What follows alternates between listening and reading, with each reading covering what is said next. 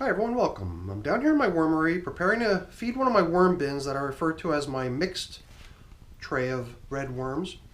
And I've got a little visual aid here. Sometimes I come down here with like this little green information board. I've even come down here once in a while with something printed out or maybe a little piece of paper. In this case I've got a piece of paper which is basically a little paper towel with some information on it that I thought I'd share with you, which attempts to show what's been added to this bin over time as far as feedings go. I thought I would rest it right here in the tray, and then hopefully the camera's able to adjust to this and it becomes a nice, easily read visual aid. So let's point the camera down and let's see if the camera's able to adjust to this and let us read it clearly. See, there's sort of two columns here, and there's even like a middle section here. Basically, we're talking about an 82-day-old worm bin here now, which the last time it was checked in was 12 days ago, at which point on this side of the bin we fed some stems, mainly the banana stems and tomato stems. There might have been a couple other things, but the stems were what we thought would be the materials that might remain for a little longer than other foods, because that's been the theme here. Going back further, you're going to find certain bits of food which we assumed would stick around for a while. And I believe that we're definitely going to see some leftovers of the pumpkin, but like on this side, if we were to try to look for some of the stems of the banana that was put in there, 47 days later, I have a funny feeling we're not going to see a whole lot, if anything. And what I have scribbled in over here for 0, which is today, the to be determined, has already been determined, because what they're going to get today is sort of like a citrus ensemble. Some of the citrus is clearly recognized by most people as citrus, which is lemon peels. 3 of them, or 3/2 lemon peels, so 1.5 peels of lemon. And the stuff over here, most people will probably recognize this already as well, despite its fairly small size. This is the outer skin of some pineapple, and this is some of the more fibrous inner portions of the pineapple that most people just carve away and exclude, eating the more juicy insides. Pineapple also classifies as citrus, and a lot of people treat citrus as a no-no in their worm bins because it's thought to have too much acid for the worms, so don't give it to them. Well, eventually they'll be able to eat it, that's almost for certain. I've seen numerous examples of it, not to mention the fact that I've done it myself too, so it plays in nicely to the fact that we're trying to feed stuff in this system with the likelihood of sticking around as leftovers. So over here on this side is where we're going to be putting the pineapple. So basically when we dig into this side first to see how last feeding is holding out, we're probably going to see some of the tomato stems, some of the banana stems. As for some of the other stuff that was put in there during that feeding, I'm not sure what else it might have been, but I think that those things might have, probably vanished by now. When we open up this side, we're going to see these unusual little corn cob spheres, and I could show you an example of that too as well. Here's what those things look like before they get thrown into the worm bin. They might look very much like this still after only 24 days in the worm bin. I tried to pulverize some corn cob, and some of the ones they just started rolling around within the little blender, not wanting to get chopped up into shreds. And I just decided I would hang on to them because they look so interesting. So when we get around to resetting the feeding zone, or applying today's feeding over on this side, we can reuse the old feeding zone indicator, which is this coffee filter here, because I've got a replacement coffee filter to include with today's feeding when we put today's feeding in. So that'll go in with today's food. This will go in as bedding, and then even our little diagram paper towel can go in as bedding underneath today's food as well. And just in case we don't feel that that's enough, I've got my prepared bedding on the ready to put in there as well. So before we open up a hole on this side to see how those little corn cob spheres are holding out, let's just go 2 feedings back just to see how, we will go 2 feedings back when we go in to see the corn cobs and then add today's pineapple, but this is going back 1 feeding, 12 days, to see how the leftovers are holding out. And at this point, I'm not sure what to expect as far as leftovers, but the assumption was that we'd be finding leftovers of tomato stems and banana stems. So I mean here, for example, I've already bumped into one of the stems of banana over on this side, and oh yeah, and I think we even had some stems of peppers. We also had some peppers that we included the stems of as well. So the theme last time here was stems. And banana peels, after 12 days, it's not too surprising that we're finding leftovers. They're still trying to strip clean the banana peel of all of its yummy juiciness that still remains. So you can see a good number of worms hanging out here on this banana peel. And eventually I think they'll be able to work their way through the skin itself, the peel, pretty quickly, but then the stem will probably remain for 1 or 2 more check-ins as a remnant of that feeding from 12 days ago. And there wasn't only one banana peel put in here, but rather 2, so we should find another one soon. Oh yeah, no, I think it was also listed here, but we might not have touched on it.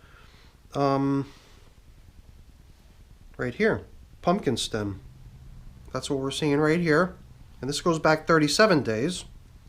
And for a pumpkin stem, as you can imagine, 37 days is nothing. It's going to last quite a bit longer than that.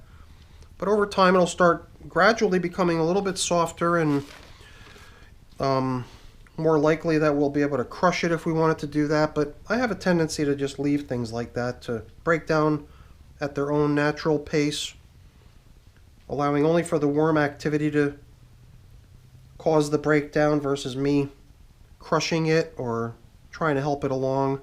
See, like right here is a little piece of lemon peel. I'm not sure if that was part of what was fed here 12 days ago. It may have been, but it's providing us a nice little fresh lemon scent to this day. And as you saw earlier, that's part of what they're getting today as well. You know, maybe we should have actually included the citrus as something that's expected to probably stick around as leftovers here in this side of the bin for a while, because here's some lime. And even though it's chock full of juicy goodness, which you know worms love the moisture, there could still just be a little bit too much acid over there. Because you know, if you got a little cut in your hand, you get a little bit of lemon juice on there, ooh boy does that sting, doesn't it? Well, you could probably imagine what that feels like if a worm approaches a little piece of citrus and touches up against it and there's still acid there. I'm sure it probably doesn't feel good, and they probably pull away immediately. So now here, I'm also seeing one of the other things that we mentioned earlier, which is the other banana peel and the other stem of it, which is, the stem on this one looks like it's going to be gone in no time because we've got worms already well within it and it's really soft. Here's some more citrus. You know, maybe citrus should have actually been listed as quite possibly the one thing that's going to last almost as long as the stems.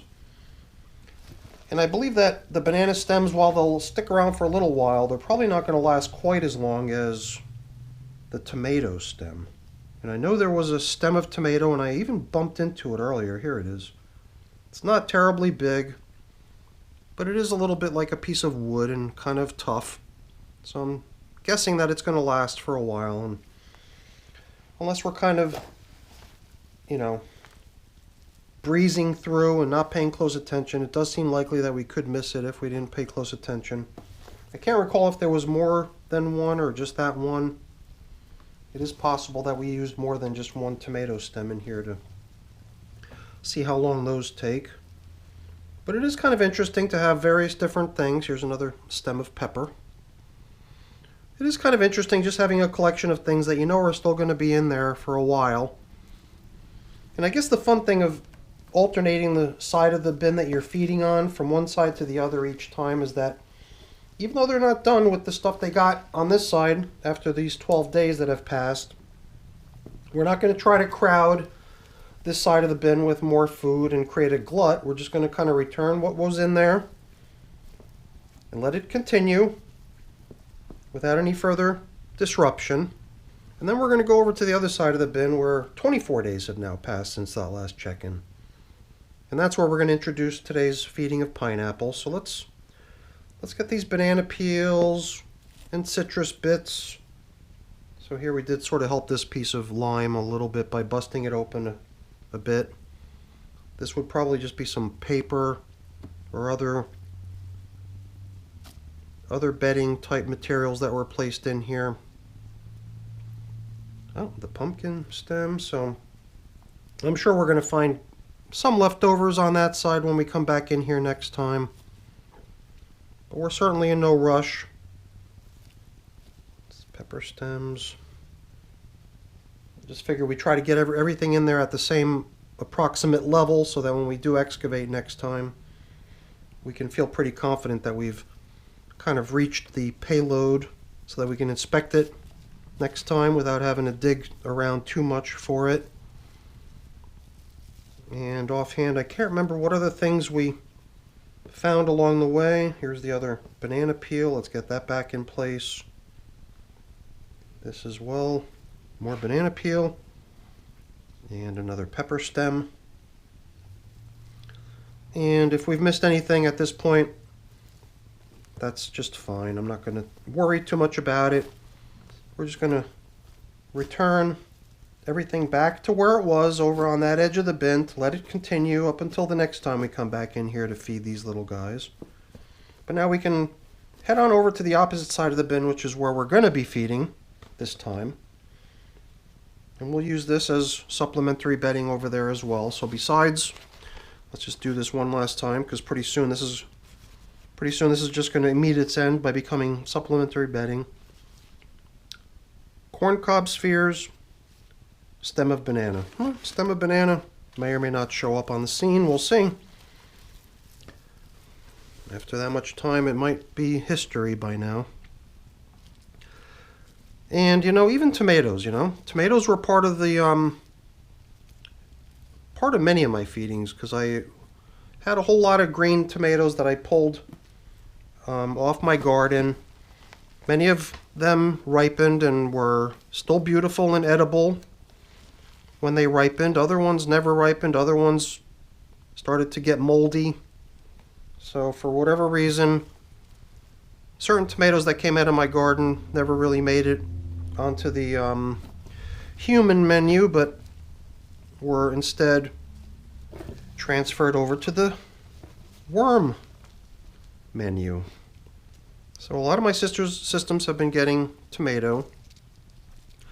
And when tomatoes get eaten, sometimes the peel sticks around a little bit longer. I guess depending on the type of tomato it is. Certain tomatoes do have somewhat tougher skins and remain a little bit longer before that too gets broken down. So I've so far only encountered 2 of these little corn cob spheres, and they'll continue to hold up pretty good, Last time when I came in here, there were worms kind of burrowed down into that hollow little bit in the middle.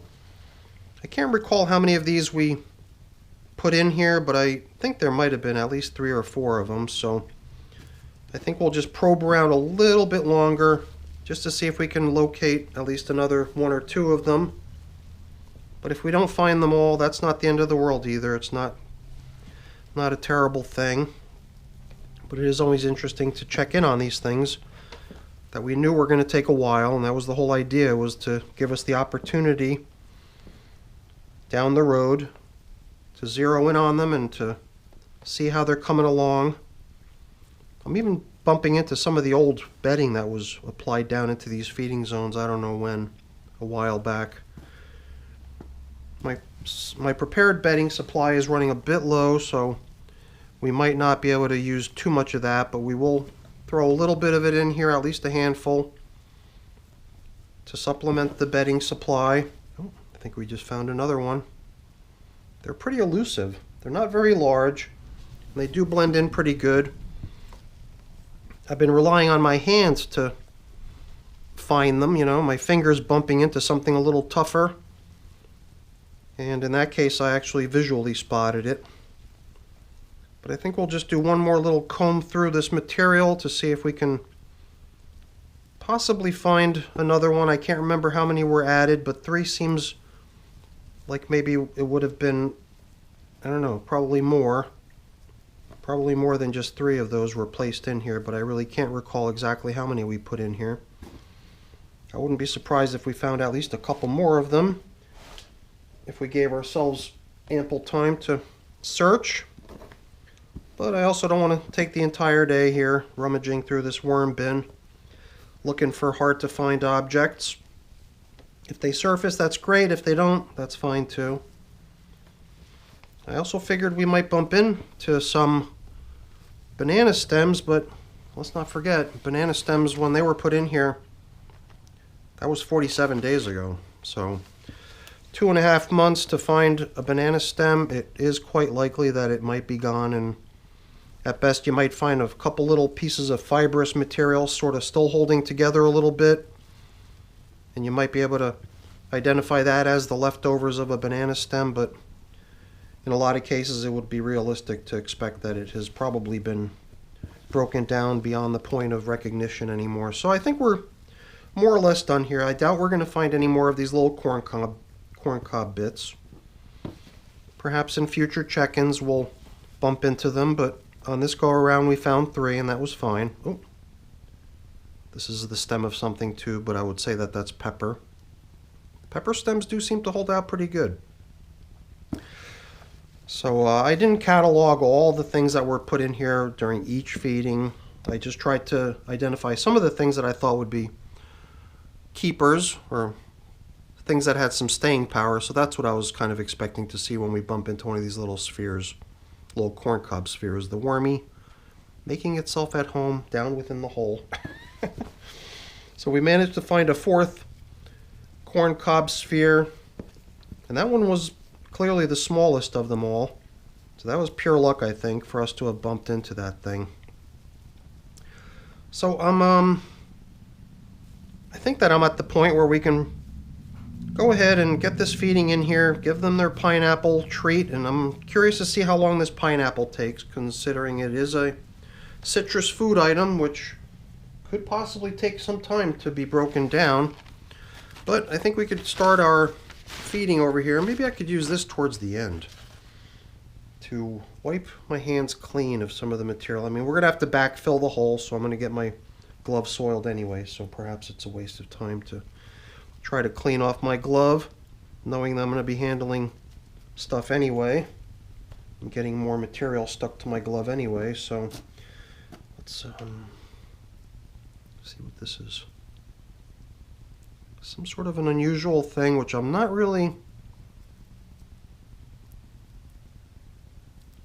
recognizing, but it could just be some bedding material, a little bit of dry stuff that wasn't adequately covered and sort of stuck together after drying.